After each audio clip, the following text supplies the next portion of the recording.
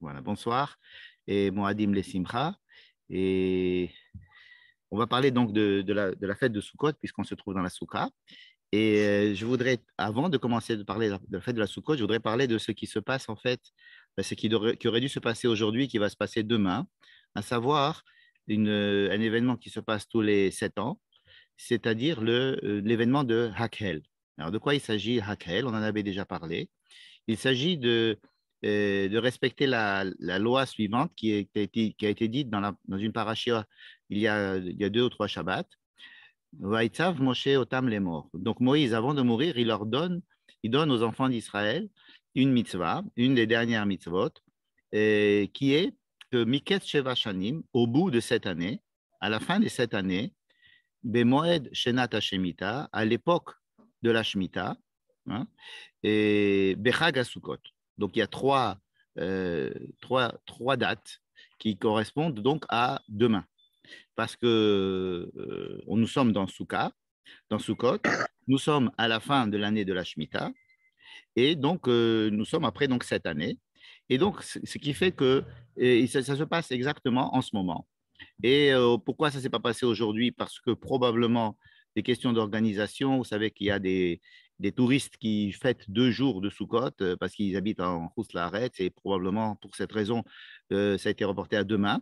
En fait, ça aurait pu être aujourd'hui, réunir tout le peuple, Bevokol Israël, réunir tout le peuple, c'est-à-dire les hommes, les femmes, les enfants, et les citoyens même qui ne soient pas juifs, mais qui habitent en Israël et qui sont citoyens, et tout le monde doit venir au temple de Jérusalem. Et là, on doit lire la Torah. Et c'est une cérémonie à la fois nationale, beaucoup plus que religieuse. Et à quoi elle correspond? Elle correspond à une fin de cycle, hein. Une fin de cycle. C'est à la fin des 7 ans. Vous savez que 7, c'est toujours un chiffre qui revient souvent dans la Bible et dont le dernier et dont la dernière partie de ces 7 est toujours sanctifiée, hein. Donc là, c'est les 7 années qui, euh, qui forment un cycle. Et la dernière année, la 7e année, c'est une année de Shemitah, comme l'année que nous venons de vivre. Et donc, à la fin de cette année, à la fête de Sukkot, nous rassemblons tout le peuple, hein. Et c'est surtout cette idée-là de fin de cycle que je voudrais retenir pour notre étude ce soir sur Sukkot. En dehors du fait que c'est quelque chose d'assez exceptionnel, puis ça se passe une fois tous les 7 ans, et que c'est justement aujourd'hui ou demain, il y a ici beaucoup d'enseignements, mais l'un de ceux que je voudrais retenir, c'est que c'est la fin de l'année de la Shemitah, et ça se passe dans Sukkot. C'est-à-dire que Sukkot, en fait, est la fin de l'année, hein. On avait cru que Rosh Hashanah, c'était la fin de l'année, c'était le début de l'année, mais là, on va se rendre compte que Rosh Hashanah n'est pas encore tout à fait la fin de l'année, ni Kippour, c'est pas encore la fin de l'année. Sukkot, c'est vraiment la fin de l'année, et ça, on va essayer de le démontrer ce soir. Et c'est pour ça que on fait ça à Sukkot de la fin de l'année de la Shemitah, et qu'on rassemble tout le peuple. Rassembler tout le peuple, je vais simplement le comparer à un autre événement qui est décrit dans le livre de Devarim et qui est le don de la Torah au mont Sinaï. Voici ce que Moïse dit à propos du mont Sinaï, à propos de ce qui s'est passé au mont Sinaï. Quand il parle donc à la deuxième génération, aux enfants d'Israël, il leur dit Yom asher amata lifnei Adonai Elohecha bechorev. Rappelle-toi le jour où vous étiez tous rassemblés sous la montagne de Chorev. Chorev, c'est le nom que Moïse donne au mont Sinaï dans le livre de Devarim. Le mont Sinaï s'appelle Chorev. Et donc, il lui dit, rappelle-toi ce jour-là, le jour où Dieu m'avait dit, Hakhelli et Ta'am, rassemble-moi tout le peuple, Vashmiaim et Devarai, afin que je puisse leur faire entendre mes paroles, Asher il medoun leiraoti, afin qu'ils apprennent à me craindre. Kol haemim asher chayim ala adama, ved benehem yelam medoun. C'est une phrase qui se trouve dans le livre de Devarim, et je l'ai mise dans un tableau ici, mais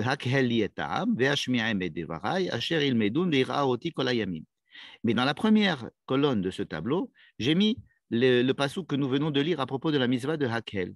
Hakel et Ta'am, Hanashim, Hanashim, Vataf, Egercha, Shabisharecha, Leman Yishmeun, Ulmaan Yilmedu, Veyareu et Adonai Elohechem, Veshameru, Laasot et Kol Divrei Torah Azot. Tu vas rassembler tout le peuple donc dans l'endroit que j'aurais choisi, donc c'est, imaginons, au temple de Jérusalem, et dans ce temple de Jérusalem, vous devez rassembler tout le monde et lire la Torah. Et vous voyez que j'ai mis ici dans ce tableau pour qu'on puisse comparer les phrases. Hakel et ta'am, hakel li et ta'am, c'est pratiquement les mêmes mots. Les ma'an yishme'u ve'ashmi'em et devarai, afin qu'ils entendent et je vais leur faire entendre mes paroles. Ou le ma'an yilmedu, afin qu'ils apprennent. Asher yilmedun, qu'ils apprennent. Ve'yir ou et Adonai Elohechem, le'yir'a oti kol hayamim. Donc vous voyez mot à mot pratiquement la cérémonie de Hakhel qui doit se passer donc demain à Jérusalem c'est un remake, si vous voulez, du don de la Torah au Mont Sinaï. Parce que le don de la Torah au Mont Sinaï, vous savez que il n'y a pas eu le don de la Torah le jour même, puisque Dieu a déclaré les 10 commandements, mais ils n'ont reçu les 10 commandements que bien plus tard. À Yom Kippour, ils ont reçu l'étape de la loi définitive. Mais ce qui s'est passé par contre ce jour-là, c'était vraiment que le peuple est rentré en alliance avec Dieu et qu'ils étaient tous réunis. Tous, c'est-à-dire pas seulement ceux qui voulaient étudier la Torah ou ceux qui peuvent étudier la Torah ou ceux qui sont en état d'étudier la Torah ou d'écouter la Torah, mais tout le monde, c'est-à-dire le peuple. Et donc, c'est une dimension nationale, capitale, que nous avons perdue dans la galoute et que nous retrouvons, grâce à Dieu, en revenant en Israël, où nous pouvons effectivement parler d'un peuple avec tous ses composants et qui se réunit tous à Jérusalem à la fin d'un cycle qui est le cycle des 7 années, l'année de la Shemitah. Alors, je vous ai dit tout à l'heure que que Sukkot, c'était effectivement la fin de l'année. Or, vous vous rappelez qu'à Rosh Hashanah, nous avons dit Tichle Shana Vekil Loteha, que l'année finisse et qu'une nouvelle année commence. À Rosh Hashanah, nous sommes souhaités une bonne année. D'ailleurs, à Rosh Hashanah, en principe, la Shemitah devrait finir, puisque c'est le premier Tishri que la nouvelle année commence. Mais nous allons voir maintenant, je vous ai envoyé un papier à ce sujet il y a à peu près un mois, mais on n'en avait jamais parlé ici. Je vais résumer toujours pour essayer de comprendre pourquoi est-ce que Sukkot, c'est la fin d'un cycle. C'est la fin d'un cycle. Alors, j'ai appelé cette petite étude-là préliminaire Reshit Hashana. Reshit Hashana, c'est-à-dire le début de l'année. Et je ne l'ai pas appelé Rosh Hashana. Vous savez que quand nous avons fêté Rosh Hashanah, que tout le monde se souhaite bonne année, le jour de Rosh Hashanah, il n'est pas écrit dans la Torah que ça s'appelle Rosh Hashanah. La seule chose qui est écrite dans la Torah, voici le verset qui est écrit dans la Torah, dans notre paracha, Daber el Bene Israël est mort, Bachodesh Hashevei, donc le 7e mois. Donc c'est mal placé pour dire que c'est un début d'année si on est au 7e mois. Hein, on commence rarement une année au 7e mois. Mais Echad la Chodesh, alors le premier jour, mais ça le premier jour on sait que c'est Rosh Chodesh. Lachem Shabbaton, ce jour-là sera férié. Zichron Teruah, vous vous rappellerez d'un certain tremblement ou d'un certain cri ce jour-là. C'est tout ce qui est écrit dans la Torah à propos de ce premier Tishri. Ce que les Chachamim, dans la Mishnah, et que je vous ai amené ici, va appeler Rosh Hashanah. Hein? D'ailleurs, il y a 4 Rosh Hashanah. Il y a un Rosh Hashanah qui est le premier Nissan, premier jour du mois de Nissan, à partir duquel la Torah compte les mois. Hein? Et effectivement, c'est grâce à ça que nous savons que le mois de Tishri, c'est le 7e mois. Mais le premier Nissan aurait été tout à fait désigné pour être Rosh Hashanah, puisque c'est le premier jour du premier mois de l'année. Hein? Mais les Chachamim ne considèrent pas, n'ont pas appelé le premier Nissan Rosh Hashanah. Ils ont appelé par contre Rosh Hashanah le premier Tishri, Rosh Hashanah Lashanim, n'est-ce pas? Donc, il y a 4 Rosh Hashanah, et celui qu'on appelle Rosh Hashanah pour les années, hein, Rosh Hashanah, donc vraiment le début de l'année, c'est le premier Tishri. Et c'est les Chachamim qui ont décidé ça. Et pourquoi est-ce qu'ils ont décidé ça? On va essayer de le voir rapidement. Pourquoi est-ce qu'ils ont décidé que c'était le premier Tishri, alors que rien n'indique cela dans la Torah? N'est-ce pas? Au contraire, tout au contraire, il y a beaucoup de références pour dire, par exemple, que Kippour, le jour de Kippour est Rosh Hashanah.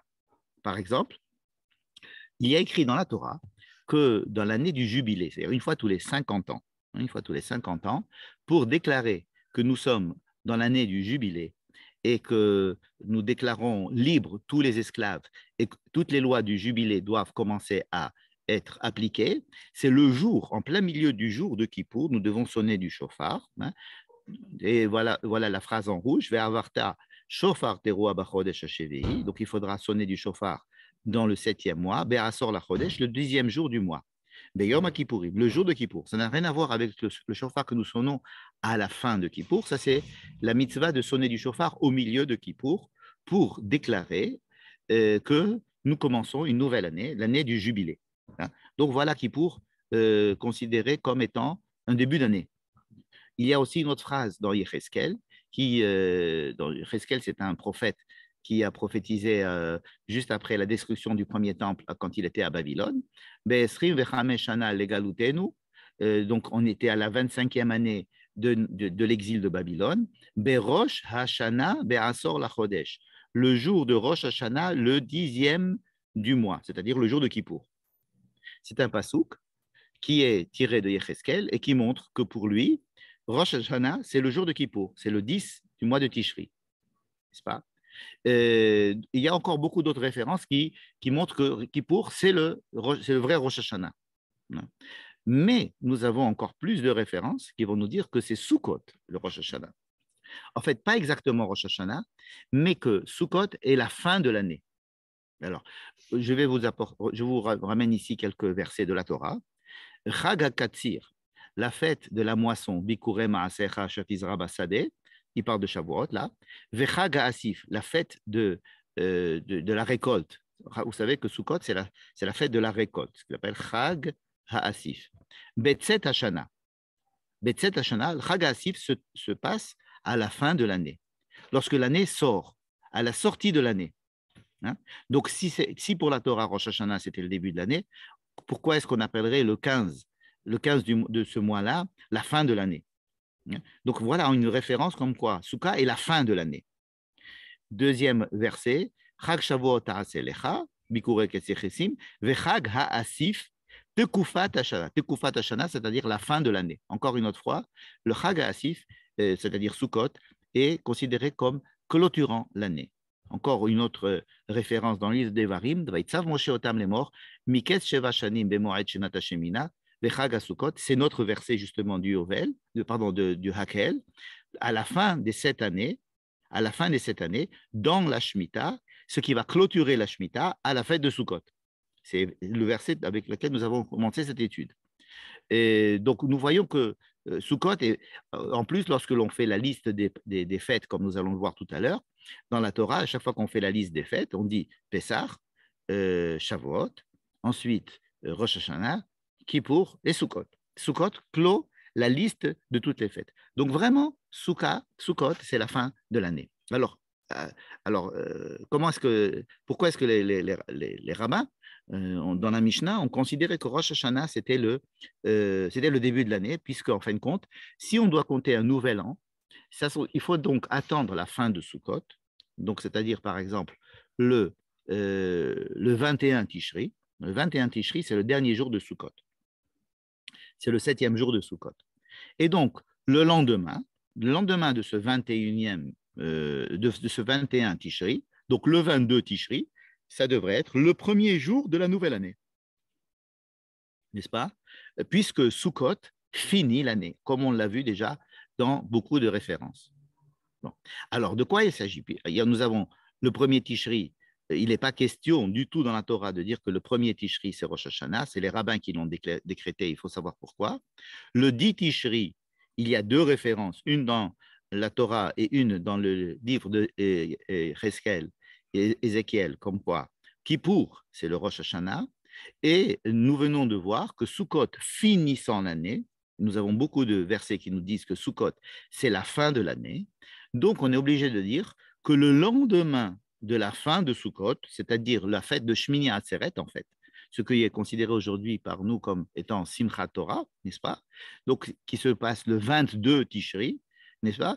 Ce 22 Tishri, ça serait en fin de compte la véritable Rosh Hashanah, n'est-ce pas? Alors, qu'est-ce qui se passe? Pourquoi est-ce que c'est si compliqué et c'est pas clair, n'est-ce pas? Puisque tous les rabbins ont considéré quand même que Rosh Hashanah, ça serait le premier Tishri et qu'on continue à dire le premier Tishri, Rosh Hashanah et Shana Tova, le premier Tishri. En fait, le rabbin Bin Nun, le Yoel Bin Nun, qui est à la source de cette démonstration, refuse de dire qu'il existe un Rosh Hashanah, mais qu'il y a une Réchit Hashanah, c'est-à-dire qu'il y a une période qui finit l'année n'est-ce pas? Et cette période est composée de plein d'éléments qui qui ont chacun leur importance pour arriver à bien finir une année et effectivement la commencer. Le commencer, donc le 22 Tishri. Alors vous allez me dire, bon, commencer une année le 22 du 7e mois, ça ne fait pas sérieux. Hein. Alors peut-être qu'on aurait pu considérer que le premier du mois d'après, donc le mois de Cheshvan, serait Rosh Hashanah, puisqu'on est sûr que l'année se finit le 21 Tishri, hein, avec Sukkot. Sukkot finit l'année. Donc, quelque chose qui va se passer après pourrait être le début de l'année. Et donc, on aurait pu très bien considérer comme le premier Cheshvan comme étant le véritable Rosh Hashanah, c'est-à-dire on finit l'année avec Sukkot et on commence une nouvelle année. Donc, par exemple, on aurait 8 jours comme ça en air, du 22 au premier Cheshvan. Pourquoi le premier Cheshvan? Parce que c'est un Rosh Chodesh. Ça fait sérieux de commencer une année à Rosh Chodesh. Bon. Mais autrement, le 22 Tishri aussi aurait pu être. Le 22 Tishri aurait pu être Rosh Hashanah. C'est d'ailleurs le premier jour de la lecture de la Torah. Vous savez qu'à Simchat Torah, ce jour-là, le 22 Tishri, il y a beaucoup de choses qui commencent. On commence à prier pour que la pluie tombe pour la prochaine année. C'est le jour où on commence à lire Bereshit, on commence à lire la nouvelle année. Donc c'est une fête qui est décrite dans la Torah, c'est une fête à part entière. La Torah ne nous a pas donné de contenu à cette fête, elle nous a dit simplement que ça devait se passer un jour après les 7 jours de Sukkot, c'est-à-dire le 8e jour de Sukkot en fait. Mais c'est une fête à part entière. Et donc on découvre qu'en fait c'est la véritable Rosh Hashanah, ce Shmini Atzeret. Bien. Et alors, qu'est-ce qui se passe? Pourquoi est-ce qu'on a dit que c'était le premier Tishri? D'abord, une raison, j'allais dire, philosophique. C'est que dans le judaïsme, le temps refuse à être séquencé de manière à ce qu'on dise que le passé est fini et le futur commence demain. Au contraire, le temps est toujours décrit comme une chaîne où le passé est relié au présent et au futur. Et donc, ils ont décidé que ça serait pour prendre un Rosh Chodesh, s'il fallait décider d'un Rosh Chodesh pour la nouvelle année, c'est le Rosh Chodesh d'avant, le premier Tishri. Et donc, nous avons entre le premier Tishri et le 21 Tishri, si vous voulez, une période où le passé et l'année passée et l'année à venir sont entremêlés. D'ailleurs, vous avez remarqué, le premier Tishri à Rosh Hashanah, hein, nous prions pour qu'il y ait une nouvelle année, c'est-à-dire nous prions pour l'année à venir. À Kippour, nous prions pour effacer les fautes de l'année d'avant. Hein, ça devrait être l'inverse. Si on doit prier pour effacer les fautes de l'année d'avant, d'abord, et ensuite commencer après à dire nous allons prier pour une nouvelle année. C'est-à-dire Kippour en principe, devrait précéder Rosh Hashanah, n'est-ce pas? Or là, vous voyez que le temps est entremêlé entre le passé et le futur. C'est-à-dire qu'on ne quitte jamais le passé. Et que même dans le passé, on est déjà dans le futur. Il y a quelque chose comme ça qui s'enchevêtre et qui est extrêmement important dans l'histoire du temps de la Bible. On fait toujours, il n'y a jamais un temps le passé n'est jamais définitivement passé et le futur est déjà là, si vous voulez. Et donc, il y a donc cette période qui est très, très bizarre, cette période de 21 jours. Et qu'est-ce qu'elle fait là, cette période de 21 jours? Alors, une explication très probable, c'est que vous savez que l'année lunaire comporte 355 jours. L'année solaire comporte 365 jours. Donc, nous avons 10 jours, si vous voulez, pour rattraper. Hein. Imaginez par exemple que le premier Tishri commence une année lunaire. Ou une année solaire. On peut commencer par vous voulez. Imaginez qu'on commence par une année solaire, disons, le premier Tishri. On va faire 365 jours et on va arriver jusqu'au 10 Tishri. Pourquoi? Parce qu'on est obligé de compter à partir du premier Tishri, on va compter 365 jours, on va faire tout le tour de l'année et on va arriver jusqu'au 10 Tishri pour arriver à l'année d'après. L'année d'après, si le 10 Tishri, on dit que c'est le premier jour, on commence le 10 Tishri ou le 11 Tishri, ça dépend parce que ce n'est pas 365 exactement et 355 exactement, mais c'est à peu près. Si on compte à partir du 10 Tishri l'année d'après, encore 365, eh bien on va se retrouver au 22 Tishri. Si le 22 Tishri, nous commençons 365, encore, on va, on va retomber cette fois-ci sur le premier Tishri. C'est-à-dire que nous allons avoir ces 10 jours de décalage entre l'année lunaire et l'année solaire qui vont expliquer ces 3 dates qui sont séparées par à peu près 10 ou 11 jours. Cela dépend, ça dépend des fractions de jours de 365 plus quelque chose et 355 plus quelque chose, avec des petites variations. Donc, nous allons avoir, dans un cycle de 3 années, on va retomber sur nos pieds et avoir une adéquation entre l'année lunaire et l'année solaire, n'est-ce pas? Puisque nous nous basons sur l'année lunaire avec les mois. Les mois sont fixés par la Lune. Mais l'année, elle est obligée d'être fixée aussi par l'année solaire, puisque Pessah doit toujours tomber au printemps, et puis nous respectons les fêtes en tant que fêtes agricoles qui respectent donc l'année solaire. Donc, pour essayer d'adapter le calendrier solaire et lunaire, nous avons en fait trois dates afin que sur 3 années, nous puissions revenir sur le même cycle et revenir à chaque fois sur quelque chose de cohérent. Bon.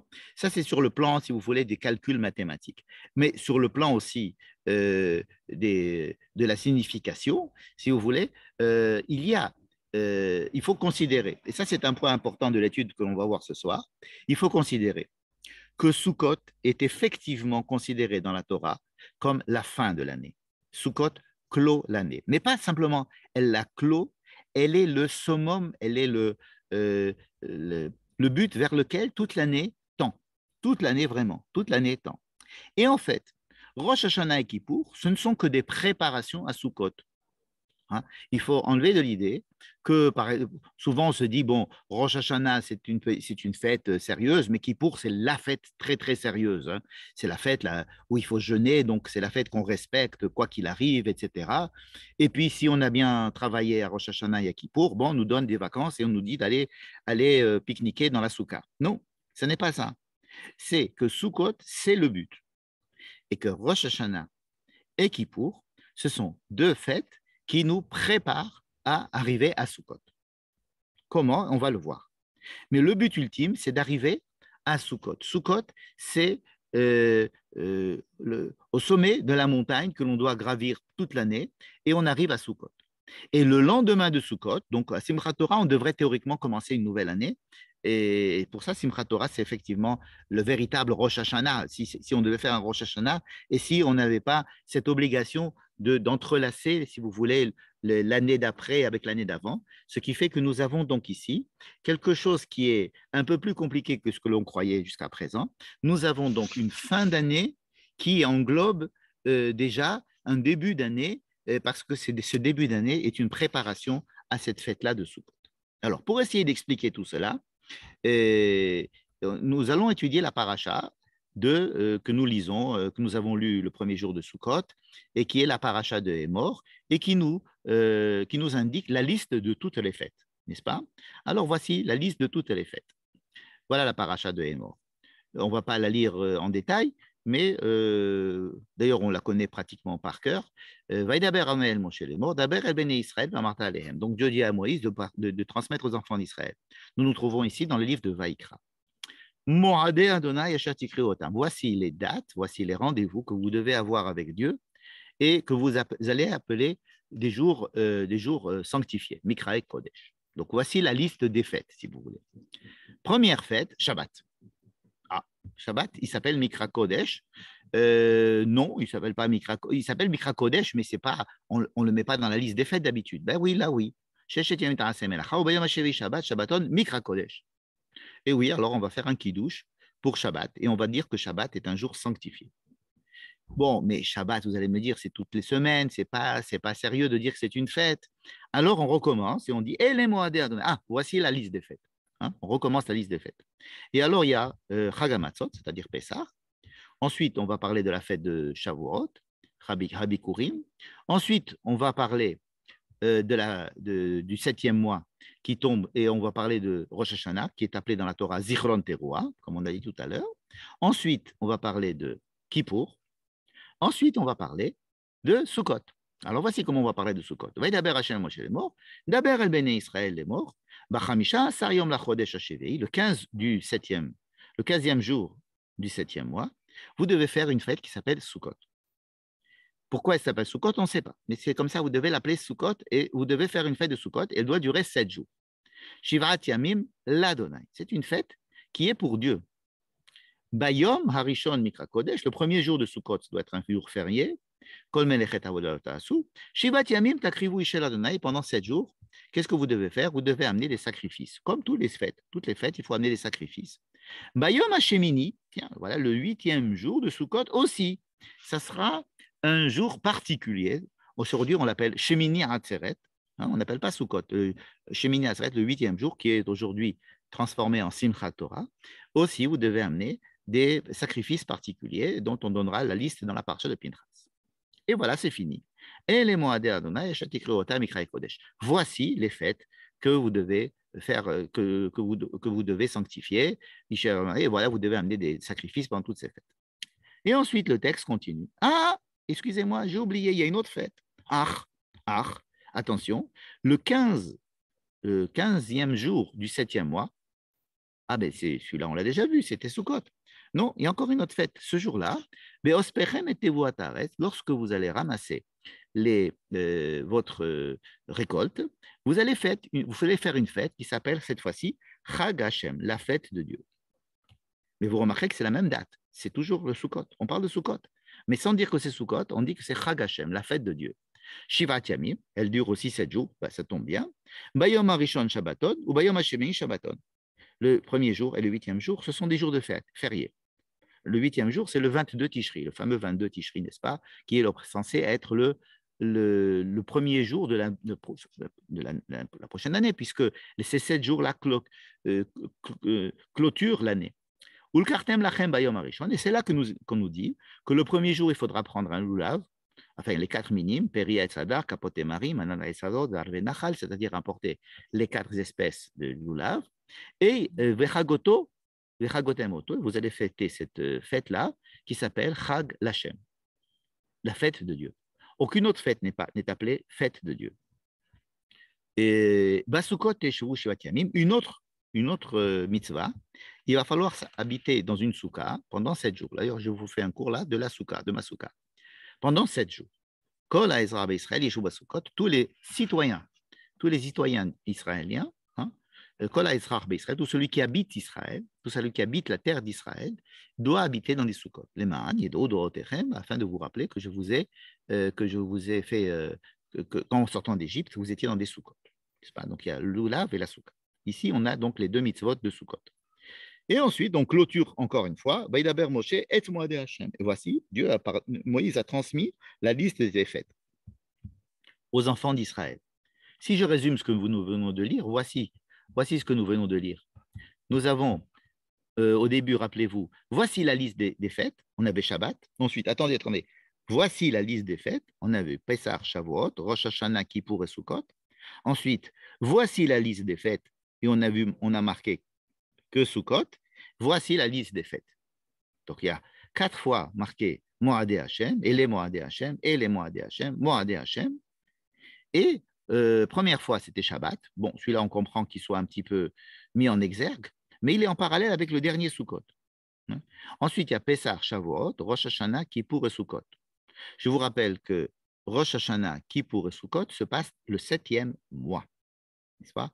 Alors, on peut parler d'un Sukkot première version, Sukkot.0, et Sukkot, disons, le premier c'est Sukkot.1 et le deuxième c'est Sukkot.2. C'est-à-dire qu'il y a une deuxième version de Sukkot, comme vous venez de voir. Il y a 2 fois la fête de Sukkot qui est décrite de façon très différente. Alors, à quoi ça correspond? En fait, si on remarque la liste des fêtes, on se rend compte que nous avons 3 fêtes, Pessah, Shavuot et Sukkot. Et dans ce sens-là, les 3 ont une référence avec l'agriculture, puisqu'à Pessah, c'est le printemps, à Shavuot, on doit amener les prémices, à Sukkot, c'est la récolte. Donc, il y a 3 fêtes agricoles qui sont les 3 reliées à la sortie d'Égypte, Pessah, Shavuot et Sukkot, et qui sont décrites avec des mots et des sacrifices qui sont propres vraiment à Pessah, Shavuot et Sukkot. Mais nous avons aussi un autre Sukkot qui est l'aboutissement de trois autres fêtes, Rosh Hashanah, Kippour et Sukkot. Donc, si vous voulez Sukkot, en fait, Sukkot finit deux cycles en même temps. Sukkot finit le cycle des fêtes agricoles, des fêtes reliées à la sortie d'Égypte, qui sont Pessah, Shavuot et Sukkot, mais Sukkot aussi finit les trois fêtes de Tishri du 7e mois, qui sont Rosh Hashanah, Kippour et Sukkot. Si on est déjà en train de dire cela, on peut déjà faire un petit parallèle entre Rosh Hashanah et Pessah. Vous allez me dire quel est le rapport entre Rosh Hashanah et Pessah. Vous n'avez jamais entendu ça peut-être, mais sachez quel est l'événement qui s'est passé à Rosh Hashanah. Quel est l'événement que l'on fête à Rosh Hashanah?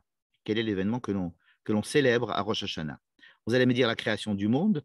Les rabbins ne sont pas d'accord à ce sujet. Et il y a une marloquette. Il y a certains qui disent que le monde a été créé en Tishri, effectivement, mais il y en a d'autres qui disent que c'est créé en Nissan. Donc, ce n'est pas la création du monde. La création du premier homme non plus.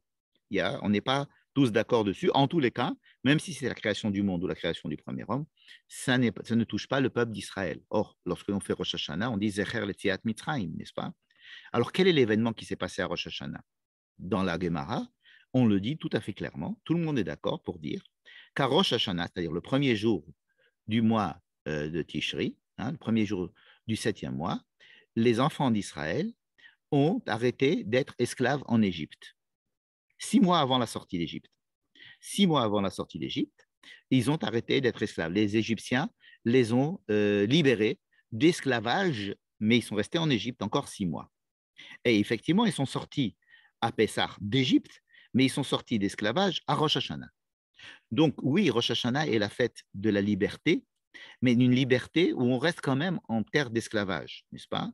Mais Rosh Hashanah et Pessah sont extrêmement reliés, si vous voulez, par un lien historique. C'est qu'à Rosh Hashanah, ils sont arrêtés d'être esclaves et qu'à Pessah, ils sont sortis d'Égypte. Quel est le lien qu'il y a entre Kippour et Shavuot? Ça, c'est très facile. À Shavuot, nous disons que nous avons reçu la Torah, le don de la Torah à Shavuot. En fait, Dieu a parlé sur le mont Sinaï aux enfants d'Israël ou à Moïse, a donné les 10 commandements à Shavuot. Et à Kippour, nous avons reçu les deuxièmes tables de la loi. C'est-à-dire que Moïse, et vous savez qu'il y a eu, les tables ont été brisées. Ensuite, Moïse a fait une certaine réparation, a redemandé pardon. Il est remonté au mont Sinaï pendant 40 jours. Et à la fin de ces 40 jours, le jour de Kippour, il a reçu le grand pardon de Dieu.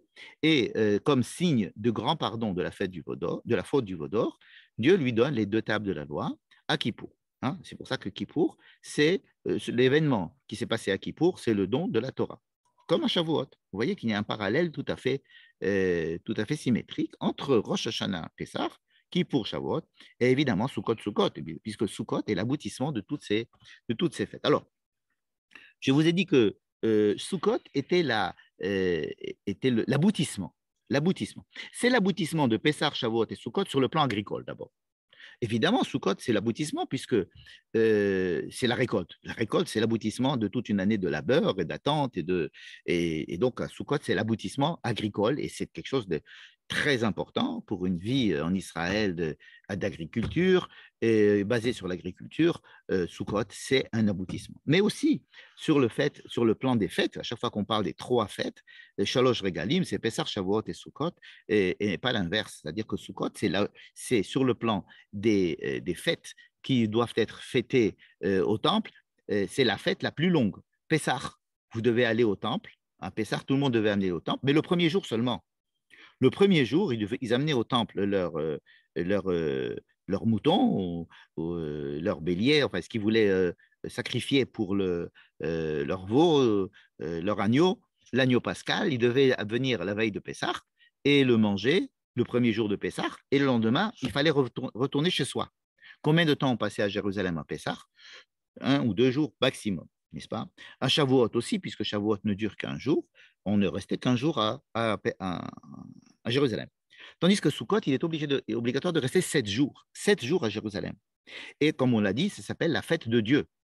Et en fait, on va voir Dieu, on va rendre visite à Dieu. N'est-ce pas? Beaucoup plus que Pessah, Shavuot et Sukkot. En fait, ce sont eux aussi, Pessah, Shavuot, sont aussi des préparations à Sukkot. Mais Rosh Hashanah, Kippour et Sukkot, c'est aussi 2 préparations qui vont nous amener à pouvoir être en face de Dieu. Pour être en face de Dieu à Sukkot et être en pleine joie, c'est-à-dire en pleine simcha. Pourquoi est-ce qu'il va y avoir de la joie? D'abord de la joie parce que nous avons fini notre récolte. Suffisamment, il y a suffisamment de raisons une fois que la récolte a été faite pour être joyeux.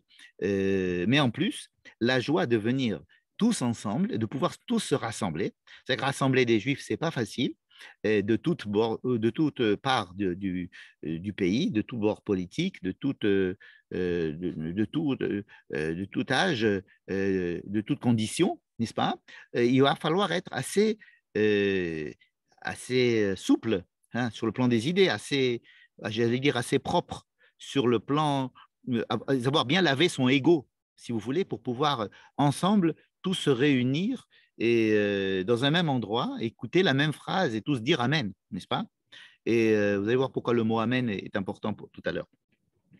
Et donc, pour laver son ego, si j'ose dire, pour essayer d'être de retrouver l'élément central qui se trouve en chacun et qui pourrait donc permettre une union entre tout le monde, c'est-à-dire au moins un rassemblement entre tout le monde à Sukkot. Et donc, cette joie-là de pouvoir arrivé à Sukkot assez propre, bon, c'est pas un joli mot propre, c'est pas qu'on était sale, mais si vous voulez, on se prépare. On se prépare en essayant de faire le point sur l'année précédente, en essayant de voir les erreurs, les erreurs de conduite, et puis après que Dieu nous ait fait un certain reset, comme on dit aujourd'hui en informatique, et qu'il ait remis tout à zéro à Kippour, alors effectivement, nous pouvons avoir un état d'esprit à Sukkot qui est un état d'esprit où nous pouvons être vraiment heureux. Heureux, pas un bonheur, extérieur, c'est un vrai bonheur de se retrouver, de se retrouver soi-même et avec soi-même, sans trop se mentir, comme si on venait de prendre un bon bain de purification. Et donc, on arrive à Sukkot dans l'état où nous pouvons effectivement être face à Dieu, hein, puisque c'est la fête de Dieu, face à Dieu, face à soi, et aussi face aux autres hommes qui vont être tous là, différents de moi. Mais étant donné que j'ai pas mal nettoyé les scories qui m'empêcheraient de se faire la rencontre avec l'autre, alors cela peut être un peu plus facile, n'est-ce pas? Donc, Sukkot est vraiment l'aboutissement à la fois des trois fêtes, Pessah, Shavuot et Sukkot, et Rosh Hashanah, Kippour et Sukkot. Et Sukkot, c'est vraiment la fête vers laquelle tout tend. Et c'est pour ça que c'est elle qui se trouve à la fin de l'année. Et pour ça, Sukkot est double. Sukkot est à la fois la fin du cycle Pessah, Shavuot, Sukkot, et Sukkot est aussi la fin du cycle des fêtes du 7e mois. Donc, il y a, si vous voulez, deux fins de cycle qui se retrouvent dans Sukkot. Et donc, à Sukkot, par exemple, vous allez voir tous les sacrifices qui vont se faire à Sukkot, ils vont être doubles. Par exemple, si vous avez si dans chaque fête, on amène un haïl, alors on va amener 2 haïls. Si on amène 7 kvassim, si on amène 7 moutons, on amènera 14 moutons à Sukkot chaque jour. Pardon? Et donc, il va y avoir, si vous voulez, à Sukkot, un doublement, il y a un double fête. On peut aussi rajouter une autre dimension qui va différencier, si vous voulez, les fêtes de Pessah, Shavuot, Sukkot et Rosh Hashanah, Kippour et Sukkot, c'est que lorsqu'on parle de Pessah en tant que fête de la liberté, c'est en fait la liberté du peuple juif. Hein, Rosh Hashanah aussi, c'est la liberté du peuple juif. Mais il y a une notion d'universalité qui se déploie dans le 7e mois. Dans le 7e mois, il y a quelque chose. À Rosh Hashanah, nous parlons beaucoup de la création de l'homme, effectivement, parce que nous retrouvons des êtres humains et pas simplement des juifs. À Pessah, nous sommes que des juifs. À Rosh Hashanah, nous nous replaçons en tant qu'êtres humains, citoyens du monde, soucieux de l'écologie. Nous disons que Dieu est le roi du monde, il n'est pas le roi du peuple d'Israël, mais le roi du monde. Et il y a donc une dimension universelle, si vous voulez, dans le 7e jour, qui fait que attendez 2 secondes, je dois éteindre les micros des gens qui les ont laissés ouverts, merci. Et donc, il y a, si vous voulez, dans le Sukkot du 7e mois, une dimension universelle. C'est-à-dire qu'il faut bien comprendre que le peuple juif n'a pas été créé pour qu'il y ait un peuple juif. Le peuple juif, c'était un moyen. C'est un moyen pour transmettre un certain message à toute la terre entière, n'est-ce pas? Le but du jeu, c'est que Dieu fasse passer un message à tous les êtres humains. Il a créé le peuple juif comme un petit laboratoire ou un peuple qui va rester dans l'histoire pour essayer de rappeler certaines règles et certains principes et d'empêcher que nous tournions en rond. Mais le but, c'est d'être universel. Nous avons un but universaliste clair. Bon, pour être universaliste, il faut d'abord que nous soyons nous-mêmes. Donc, on ne va pas lâcher complètement le côté particulariste du peuple juif. Donc, il y a Pessah, Shavuot et Sukkot, qui est le côté particulariste du peuple juif, mais il y a ce côté universel qui va être déployé dans le 7e mois. Alors, pourquoi le 7e mois? Parce que le 7e mois, c'est le mois qui est le mois de l'universel. Pourquoi l'universel? Parce que c'est la fin des temps. C'est la fin du cycle. La fin du cycle. La fin du cycle, c'est-à-dire la fin des temps. Et pour ça, Sukkot, ça va être la fête de la fin des temps, comme on va essayer de le voir. Alors, fin de cycle, aboutissement d'un travail d'une année, mais aussi aboutissement d'un travail pendant 7 ans, mais aussi un aboutissement, préfiguration de l'aboutissement d'un travail qui va se faire tout au long de l'histoire, avec comme préfiguration la fin des temps dont on va beaucoup parler à Sukkot, et surtout le côté universaliste. Le côté universaliste du judaïsme va se déployer à Sukkot parce que d'abord nous allons retrouver la nature, c'est-à-dire nous sommes des êtres, des créations de Dieu qui se trouvent dans la nature, donc on va se relier à la nature, donc aux choses les plus triviales et les plus existentielles, et en ce sens, nous redevenons des êtres humains. Et donc, notre côté universaliste est déployé à cette fête-là, et c'est la rédemption de toute l'humanité que nous voulons fêter à Sukkot. Sukkot, c'est la rédemption de toute l'humanité. D'ailleurs, quand on dit que Sukkot, ça rappelle la sortie d'Égypte. C'est un petit peu iconoclaste de dire si nous sommes sortis d'Égypte en Nissan, alors on devrait faire les Sukkot à Pessah, puisque sortie d'Égypte, Sukkot, donc on devrait manger la matzah dans la soukha. Pourquoi avoir décalé Sukkot jusqu'au 7e mois? Justement parce que Sukkot est décalé et préfigure la fin des temps, et que, si vous voulez, Sukkot, c'est le Pessah de toutes les nations. Comme dit le Rav Uri Cherki, la fête de Sukkot, c'est Pessah du monde entier. C'est le Pessah de toutes les nations. Pas? Et comme les nations arrivaient à ce que toutes les nations reconnaissent, si vous voulez, l'unité de Dieu, c'est ça le but, c'est pas qu'ils reconnaissent le peuple juif comme étant un peuple nobélisable, c'est reconnaître l'unité de Dieu. Alors, ça doit se passer à la fin des temps. Et quand est-ce que c'est la fin des temps? C'est à la fin du cycle de l'histoire, qui est préfiguré par la fin des 7, la fin du 7. Donc, ça a été décalé au 7e. Pour finir, je voudrais rappeler quelque chose d'assez connu, mais qu'il est bon de rappeler ici. Vous savez que les Juifs, ils aiment bien transformer les lettres en chiffres, ce qu'on appelle la gématria, géométrie c'est pas de la géométrie, mais c'est en fait la gématria, c'est-à-dire c'est de l'algèbre. On appelle ça la géométrie en hébreu, en araméen. La valeur numérique du mot souka, c'est 91. Mais c'est exactement la valeur numérique du nom de Dieu que l'on écrit, le tétragramme, Yud Kei Vav Kei. Attendez, excusez-moi, je dois éteindre un micro qui s'est ouvert. Voilà.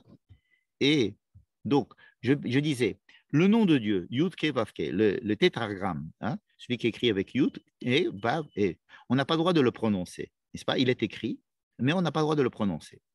Par contre, ce que l'on prononce, c'est un autre nom qui s'appelle Aleph, Dalet, Nun, Yud, n'est-ce pas? Et lorsque l'on dit une bénédiction, on dit Baruch Ata, mais on ne dit pas, on ne prononce pas les lettres écrites qui sont le tétragramme, et on prononce le mot Adnout, n'est-ce pas? La valeur numérique du tétragramme, c'est 26. La valeur numérique du nom prononcé, c'est 65. Et 65 et 26, en principe, ça doit faire 91, n'est-ce pas? Ce qui fait que Souka, c'est pas simplement un jeu de lettres, un jeu de chiffres. Pourquoi est-ce qu'ils sont séparés? Pourquoi on n'a pas le droit de dire le nom de Dieu? Parce que la révélation, prononcer le nom de Dieu, c'est-à-dire qu'il y a une unité dans le monde. Or, nous ne sommes pas encore dans un monde où il y a une unité, c'est-à-dire qu'il y a des différences. Nous sommes dans un monde de différenciation entre les genres, entre les personnes, entre les idées, entre les peuples, entre tout. Il y a une grande séparation et il faut respecter cette séparation. Mais dans un monde, si vous voulez, élevé, dans un monde idéal, dans un monde où derrière le rideau, en fait, tout est unité, n'est-ce pas? Et l'unité, c'est Yudke Vavke, c'est le tétragramme, hein, représente cette unité. Mais nous ne pouvons pas le prononcer, on ne va pas le prononcer parce qu'on ne peut pas déclarer que l'unité est notre réalité. Non, nous ne vivons pas dans une réalité d'unité. Nous vivons dans une réalité qui est malheureusement disloquée entre le bien, le mal, le jour, la nuit, le noir, le blanc, tout ce que l'on veut, et de cette diversité et de ce pluralisme, cela fait la vie humaine. Alors nous lisons ce nom de Dieu en disant Aleph, Dalet, Nun, Yud, n'est-ce pas? Qui veut dire nous sommes encore esclaves. Nous parlons de Dieu comme un maître. Hein? Adoni, c'est mon maître, monsieur, mon seigneur, hein? Adoni. C'est-à-dire qu'il y a encore une différence entre lui et moi, entre un esclave, il y a l'esclavage qui existe dans le monde, il y a des guerres, il y a de la souffrance, il y a du malheur, il y a de tout. Donc, nous vivons un état qui n'est pas idéal. Mais les prophètes, vous connaissez bien cette phrase, les prophètes disent qu'à la fin des temps, justement, en fin de cycle, en aboutissement de tout le cycle, alors Vehaya Bayomahu, on appelle le Bayomahu, c'est-à-dire ce jour-là, le jour qu'on appelle le jour vers lequel l'histoire tend, n'est-ce pas? Alors, ce jour-là, d'ailleurs, la Soukot, on parle beaucoup de Bayomahu, hein, comme la guerre de Gog-Magog, comme la venue du Messie, comme le temps que nous attendons, et donc Sukkot est la préfiguration de ce temps-là que nous attendons. Alors, Ve'aya Bayomahu, Yehye, Hachem, donc le tétragramme, Echad, il sera un, et son nom Echad. Alors, quelle différence il y a entre le nom de Dieu et Dieu? C'est exactement ce que l'on vient de dire, c'est-à-dire le tétragramme et sa prononciation. À savoir que ce jour-là, il y aura une unification euh, entre les contraires. On comprendra, on pourra ressentir qu'en fin de compte, toutes les différences et les douleurs que nous avons vécues, les incompréhensions, tout cela va se dissoudre parce qu'on va comprendre en fait l'unité qui existe à la fois dans le monde, parmi les hommes et aussi dans le temps. Il va y avoir certaines unités qu'on va comprendre. Hein, je ne sais pas si lorsque on va comprendre la théorie de la relativité d'Einstein, mais en tous les cas, ce sera un temps où il y aura une unification entre le nom de Dieu, comme il est écrit, et comme il est prononcé. Et pour l'instant, il est interdit de le prononcer comme il est écrit, n'est-ce pas? Parce que nous ne sommes pas arrivés à ce jour-là. Mais Souka représente justement cette unification entre le nom de Dieu tel qu'il est écrit et tel qu'il est prononcé, qui est donc le chiffre 91. C'est d'ailleurs aussi, comme dit le Mea Shiloach, c'est le nom de Psukim qui est dans la paracha de Shemini, la paracha qui raconte justement l'histoire tragique où les enfants de Aaron ont voulu rentrer dans le Saint des Saints, hein, Nadav et Abihu, ils ont pensé que le 8e jour, hein, ce 8e jour de l'inauguration du Mishkan, c'était l'aboutissement. Effectivement, le 8e jour, c'est l'aboutissement. On a vu tout à l'heure que Shmini Atzeret, c'est pratiquement le 8e jour de la semaine, hein, si vous voulez. C'est le 8e jour, c'est le début de notre cycle, mais c'est en fait l'aboutissement ultime, hein, du 7, on va passer au 8. Alors, ils sont rentrés au Saint des Saints et ils sont été brûlés. Pourquoi? Parce qu'ils ont voulu faire cette jonction entre le nom de Dieu et comme il est écrit et comment il se prononce. Donc, ils sont rentrés dans le Saint des Saints, ils sont morts brûlés. Ils sont morts brûlés. Dans la parasha de Shemini, qui comporte justement 91 versets, exactement la somme de ces deux noms entre eux, et qui est aussi la somme de Souka, et qui est aussi la somme, tout à l'heure je vous ai dit qu'on allait en parler, qui est aussi la somme du mot Amen. Hein? Amen aussi, c'est 91. C'est-à-dire qu'il y a ici dans Souka, comme nous avons essayé de le voir tout depuis le début, un aboutissement, une préfiguration de la fin des temps, un aboutissement de tout ce que l'on a fait pendant l'année. Et donc, effectivement, Souka, c'est la fin, mais c'est pas la fin pour s'en débarrasser, c'est la fin en tant qu'aboutissement. Et il va falloir une grande préparation pour arriver jusqu'à la Souka. Il a fallu Rosh Hashanah et Kippour pour y arriver. Il a fallu Pessah, sortir d'Égypte, et le don de la Torah à Shavuot pour arriver aussi à Souka. Et notre but ultime, ça ne serait pas la rédemption du peuple juif seulement, mais à travers elle, la rédemption de toute l'humanité entière. Bimhera beyamenu. Voilà, je vous souhaite une bonne fête de Sukkot. Et si vous avez des questions, je vous invite, si je pourrais y répondre. En tous les cas, s'il y a des choses qui n'étaient pas claires, c'est le moment de les soulever. Moadim les signes.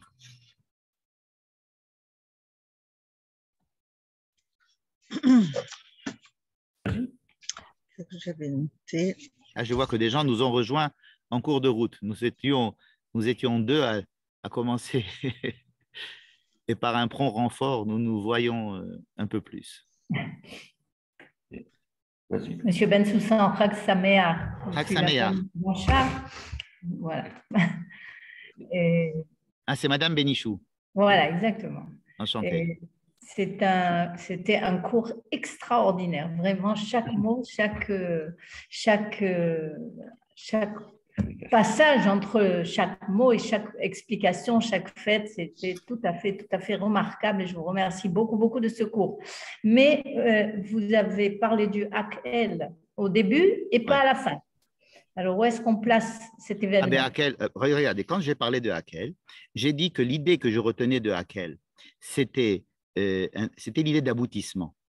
C'est-à-dire que Hakel se passe à la fin des 7 années, à la fin, donc dans la 7e année de la Shemitah, à la fin de cette 7e année, donc à la fin de Sukkot, et donc c'est à la fin d'un cycle. Vous vous rappelez, c'est cette idée-là que j'avais retenue. Il y a énormément d'idées dans Hakel, mais l'idée que je voulais retenir de Hakel, c'est que c'était un aboutissement. Et exactement comme, par exemple, la réunion du peuple d'Israël sorti d'Égypte retrouve un certain aboutissement au pied du mont Sinaï, parce que c'est là qu'ils vont non seulement être faits peuple, mais aussi avoir un contenu qui va donc leur permettre d'avoir un ciment, si vous voulez, et un but dans une signification de leur ciment en tant que peuple, au mont Sinaï.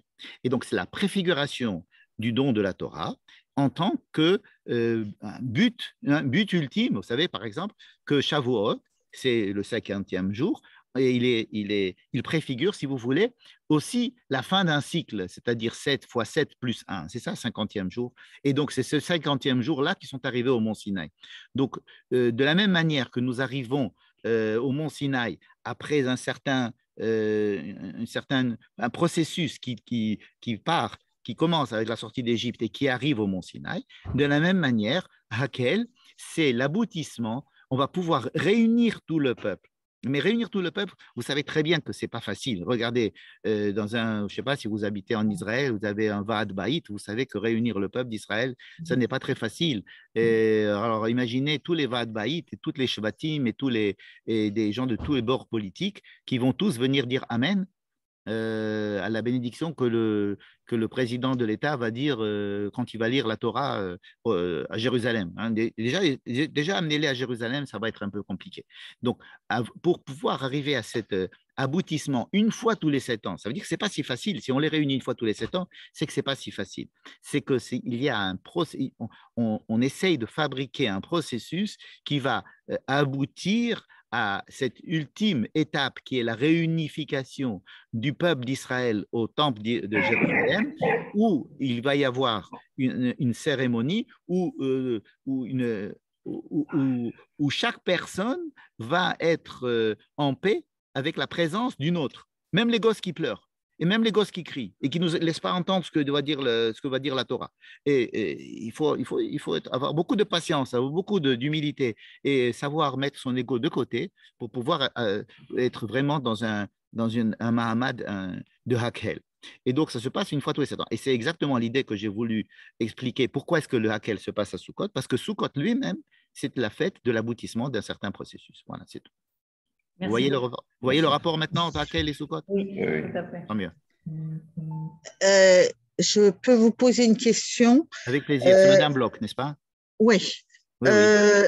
Dans les citations de versets que vous avez fait, il y a eu Ezraché Israël. Kola Ezrach be Israël. Kola Ezrach be Israël, ça veut dire celui qui habite en Israël. Oui, mais ce n'est pas un mot qui revient si souvent dans la. C'est vrai, vous avez raison. Il y a plusieurs mots. Il y a des fois Toshav, il y a des fois guerre, il y a des fois Ezrach. Ce sont des catégories dont les commentateurs ne sont pas tous d'accord pour traduire toujours de la même manière le mot guerre. Des fois, ils le disent que c'est un guerre, c'est-à-dire un converti. Et la plupart du temps, ils disent que c'est un guerre Toshav, c'est-à-dire quelqu'un qui habite Israël, qui a pris sur lui de faire les 7 mitzvot noachik, c'est-à-dire d'abandonner l'idolâtrie essentiellement, et donc d'accepter de vivre ici. Il n'y a aucun problème, il peut habiter en Israël s'il accepte les 7 lois noachik sans devenir juif. Lui, s'appelle un guerre Toshav. Et en général, le Ezrach, c'est utilisé beaucoup à ce sujet-là, pour Hakhel, mais aussi dans le livre de Devarim, pour dire Ezrach, c'est-à-dire celui qui habite ici. C'est-à-dire qu'on ne va même pas l'appeler guerre Toshav, on va l'appeler Ezrach. C'est-à-dire c'est vraiment quelque chose de national. Le Hakhel, c'est une réunion nationale. Hein. Et la Souka aussi. Et pourquoi est-ce qu'on me dit que Kol ha-Ezrach be-Israël yeshevu basukot? Alors, vous allez avoir les puristes qui vont dire non, c'est que les Juifs. Mais en fait, c'est le côté universel de chaque juif qui doit habiter dans la soukha, si vous voulez. C'est-à-dire que je ne rentre pas dans la soukha en tant que juif, mais en tant qu'israélien. Vous voyez, faire soukot en dehors d'Israël, ça a très peu de sens. Ça a très peu de sens. C'est ce qui ressort effectivement de ça. Ça a très peu de sens, comme la plupart des mitzvot d'ailleurs. Mais enfin, on ne peut pas jeter 2000 ans d'histoire à la poubelle. Ça nous a permis d'arriver jusque-là et de le faire. Hein. Si on n'avait pas fait pendant 2000 ans la soukha, personne n'aurait fait aujourd'hui, n'est-ce pas? Mais nous rentrons dans la soukha en tant qu'Israéliens beaucoup plus qu'en tant que Juifs. Intéressant. Et pratiquement, qu'est-ce qui va se passer pour le Hakhel? Alors là, je ne sais pas du tout. Je ne connais pas l'avenir, je ne sais pas du tout.